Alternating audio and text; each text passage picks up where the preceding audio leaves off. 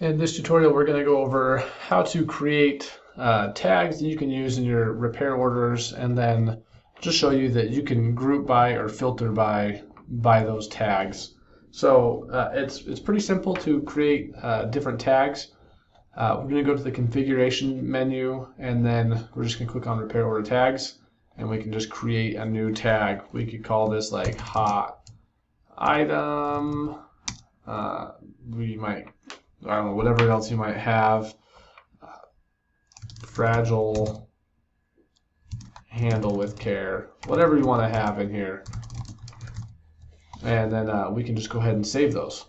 And now we've got those different tags that we can use. So now if we come to our repairs, we could actually click here and come with our tags, and they'll show up here. Like, hey, this is a hot item, and we're going to go ahead and call this one, even though it's completed, just a fragile. Handle with care. Now, when we come into our repair orders, we could group by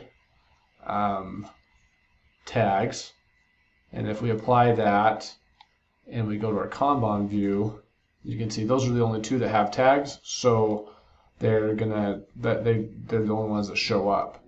Or you can also filter, and you could go tags